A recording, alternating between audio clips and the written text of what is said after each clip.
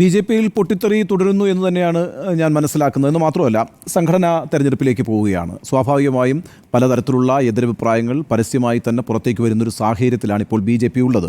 ഇനി അവരുടെ കൗതുകത്തോടെ ശ്രദ്ധിച്ചത് ശോഭാ സുരേന്ദ്രൻ്റെ പ്രതികരണമായിരുന്നു. ശോഭാ സുരേന്ദ്രൻ സാധാരണഗതിയിൽ പാർട്ടിയോടുള്ള തൻ്റെ വിയോജിപ്പുകൾ പരസ്യമായി തുറന്നു പറയുന്ന ഒരാളാണ്. ഇന്ന് വളരെ ബുദ്ധിപൂർവ്വമാണ് ശോഭാ സുരേന്ദ്രൻ തൻ്റെ നിലപാട് വ്യക്തമാക്കിയിരിക്കുന്നത്. വളരെ സന്തോഷവതിയായാണ് ശോഭാ സുരേന്ദ്രൻ ഇന്ന് മാധ്യമങ്ങൾക്ക് മുമ്പിൽ കാണപ്പെട്ടത്. ശോഭാ സുരേന്ദ്രൻ്റെ ഒരു കാര്യം ആലോചിക്കേണ്ടത്, ശോഭാ സുരേന്ദ്രൻ കെ സുരേന്ദ്രൻ സംസ്ഥാന അധ്യക്ഷനായപ്പോൾ സംസ്ഥാന ഉപാധ്യക്ഷ സ്ഥാനത്തേക്കാണ് ശോഭാ സുരേന്ദ്രനെ തീരുമാനിച്ചത്. അങ്ങനെ സുരേന്ദ്രൻ അധ്യക്ഷനായിരിക്കുന്ന ഒരു കമ്മിറ്റിയിൽ ഉപാധ്യക്ഷയായിരിക്കാൻ തയ്യാറല്ല എന്ന് അന്ന് തന്നെ പറഞ്ഞിട്ടുള്ള ആളാണ് ശോഭാ സുരേന്ദ്രൻ. ശോഭാ സുരേന്ദ്രൻ വളരെ ബുദ്ധിപൂർവ്വം പറഞ്ഞൊരു കാര്യം, ഇനി എൻ്റെ ശ്രദ്ധ എന്ന് പറയുന്നത് നടക്കാനിരിക്കുന്ന തദ്ദേശ തെരഞ്ഞെടുപ്പിലാണ് എന്നാണ്. ആ നടക്കാനിരിക്കുന്ന തദ്ദേശ തെരഞ്ഞെടുപ്പിനെ എങ്ങനെയാണ് ശോഭ വിശേഷിപ്പിച്ചത്? ഞങ്ങൾക്ക് വേണ്ടി പശകുറുക്കി പോസ്റ്റർ ഒട്ടിച്ച് ഞങ്ങളെയൊക്കെ ഓരോ സ്ഥാനത്തെത്തിക്കുന്ന സാധാരണ പ്രവർത്തകരെ പഞ്ചായത്ത് മെമ്പർമാരാക്കാൻ, പഞ്ചായത്ത് പ്രസിഡൻ്റാക്കാൻ, മുനിസിപ്പൽ കൗൺസിലർമാരാക്കാൻ, മുനിസിപ്പൽ ചെയർപേഴ്സണാക്കാൻ ഒക്കെ വേണ്ടിയിട്ടുള്ള ഒരു ആ തിരഞ്ഞെടുപ്പിന് വേണ്ടിയിട്ട് മാത്രമാണ് ഇനി ഞാൻ പ്രവർത്തിക്കാൻ പോകുന്നത് എന്ന് മാത്രവുമല്ല, തിരുവനന്തപുരവും തൃശ്ശൂരും കോർപ്പറേഷനുകളും ഇക്കാര്യത്തിൽ ഇപ്രാവശ്യം ബി.ജെ.പി പിടിക്കും. ഇത്തരത്തിലൊക്കെയുള്ള ചില തീരുമാനങ്ങൾ ശോഭ പറയുന്നത് വഴി എന്താണ് ശോഭാ സുരേന്ദ്രൻ പാർട്ടി പ്രവർത്തകർക്ക് നൽകുന്ന ഒരു സന്ദേശം?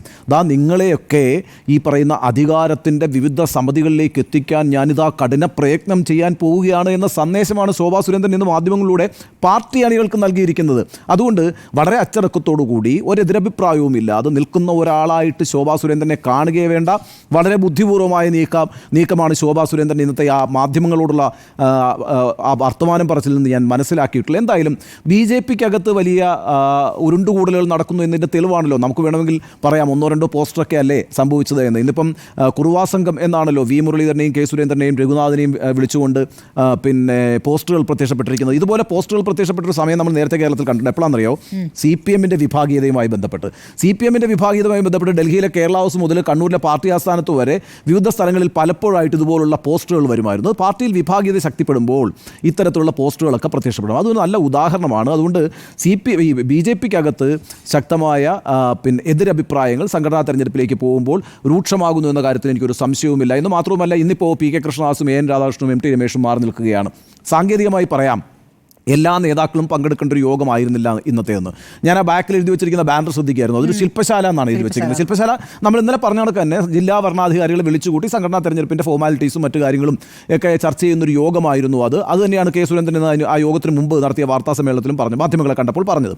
പക്ഷേ പ്രശ്നം എന്താണെന്ന് വെച്ചാൽ, ഇത്തരത്തിൽ സംഘടനാ തെരഞ്ഞെടുപ്പ് നടക്കുന്നൊരു സമയത്ത് പാലക്കാട് ഉപതെരഞ്ഞെടുപ്പിന് ശേഷം ആ പാർട്ടിയിൽ പലതരത്തിലുള്ള പൊട്ടിത്തെറികൾ ഉണ്ടാകുന്നുവെന്ന് മാധ്യമ വാർത്തകൾ ഉണ്ടാവുകയും അത് സമൂഹത്തിലൊരു ചർച്ചയാവുകയും ചെയ്യുന്ന സമയത്ത് ഐക്യദാർഢ്യം പ്രഖ്യാപിക്കണമല്ലോ. എല്ലാ നേതാക്കളും കൂടി ചേർന്നിട്ട് ഞങ്ങൾക്കിടയിൽ ഒരു ഭിന്നിപ്പുമില്ല എന്ന് പ്രഖ്യാപിക്കേണ്ട ഒരു സമയത്താണ് ഈ പ്രധാനപ്പെട്ട പക്ഷം, കൃഷ്ണദാസ് പക്ഷം, മാറി നിൽക്കുന്നത്. നമുക്കറിയാമല്ലോ, വി മുരളീധരൻ സംസ്ഥാന അധ്യക്ഷ സ്ഥാനത്ത് നിന്ന് മാറിയപ്പോൾ കെ സുരേന്ദ്രനെ കൊണ്ടുവരാനാണെന്ന് നീക്കം നടന്നത്. മുരളീധരൻ്റെ നേതൃത്വത്തിലാണ് ആ നീക്കം നടന്നത്. അന്ന് പി.കെ. കൃഷ്ണദാസ് എം ടി രമേശിന് വേണ്ടിയിട്ടാണ് വാദിച്ചത്. ആ തർക്കം രൂക്ഷമായപ്പോഴാണ് ഒരു കൺസെൻസസ് കാൻഡിഡേറ്റ് എന്ന നിലയ്ക്ക് കുമ്മനം രാജശേഖരൻ വന്നത്.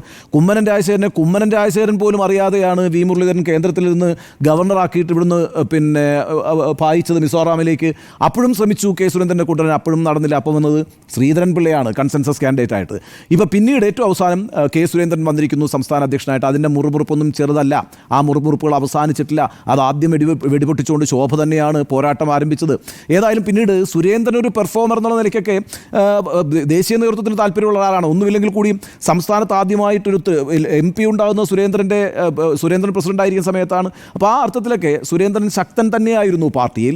എന്നാൽ പാലക്കാട് ഉപതെരഞ്ഞെടുപ്പിൽ ഉണ്ടായിരിക്കുന്ന തോൽവി, ആ തോൽവിയെ ഒരു മറയാക്കിക്കൊണ്ട് സുരേന്ദ്രനെതിരായിട്ടൊരു പക്ഷം നീങ്ങുന്നുണ്ട് എന്ന കാര്യത്തിലുള്ള സംശയവുമില്ല. ഇവിടെ കൗതുകകരമായൊരു കാര്യം, സുരേന്ദ്രൻ്റെ പേട്ടനായിട്ട് നിന്നിട്ടുള്ള, എക്കാലത്തെയും പേട്ടനായിട്ട് നിന്നിട്ടുള്ള വി മുരളീധരൻ പാലിക്കുന്നൊരു അകൽച്ചയാണ്, ഒരു നിശബ്ദതയാണ്.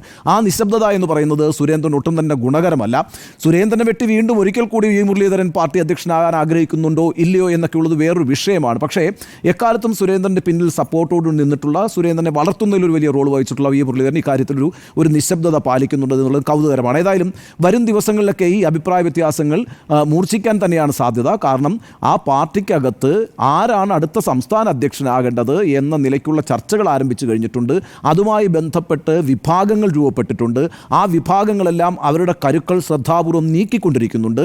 ആ നീക്കത്തിൽ ആര് വിജയിക്കും, ആര് പരാജയപ്പെടും എന്നുള്ളത് കണ്ടു തന്നെ അറിയണം. ഏതായാലും ഇപ്പോൾ ഈ പാലക്കാടുണ്ടായിട്ടുള്ള തിരിച്ചടി ഉപയോഗിച്ചുകൊണ്ട് സുരേന്ദ്രനെതിരെ അതിശക്തമായൊരു നീക്കം പാർട്ടിക്കുള്ളിൽ ആരംഭിച്ചിട്ടുണ്ട് എന്നുള്ള കാര്യത്തിൽ ഒരു സംശയവുമില്ല.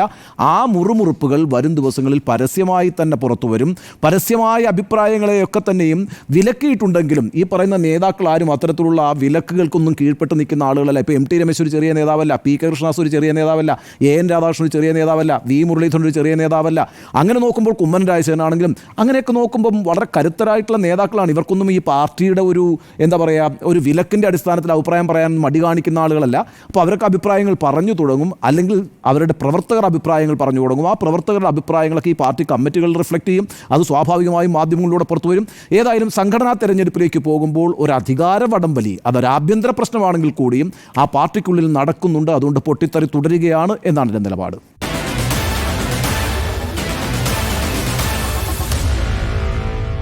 Meet the editors.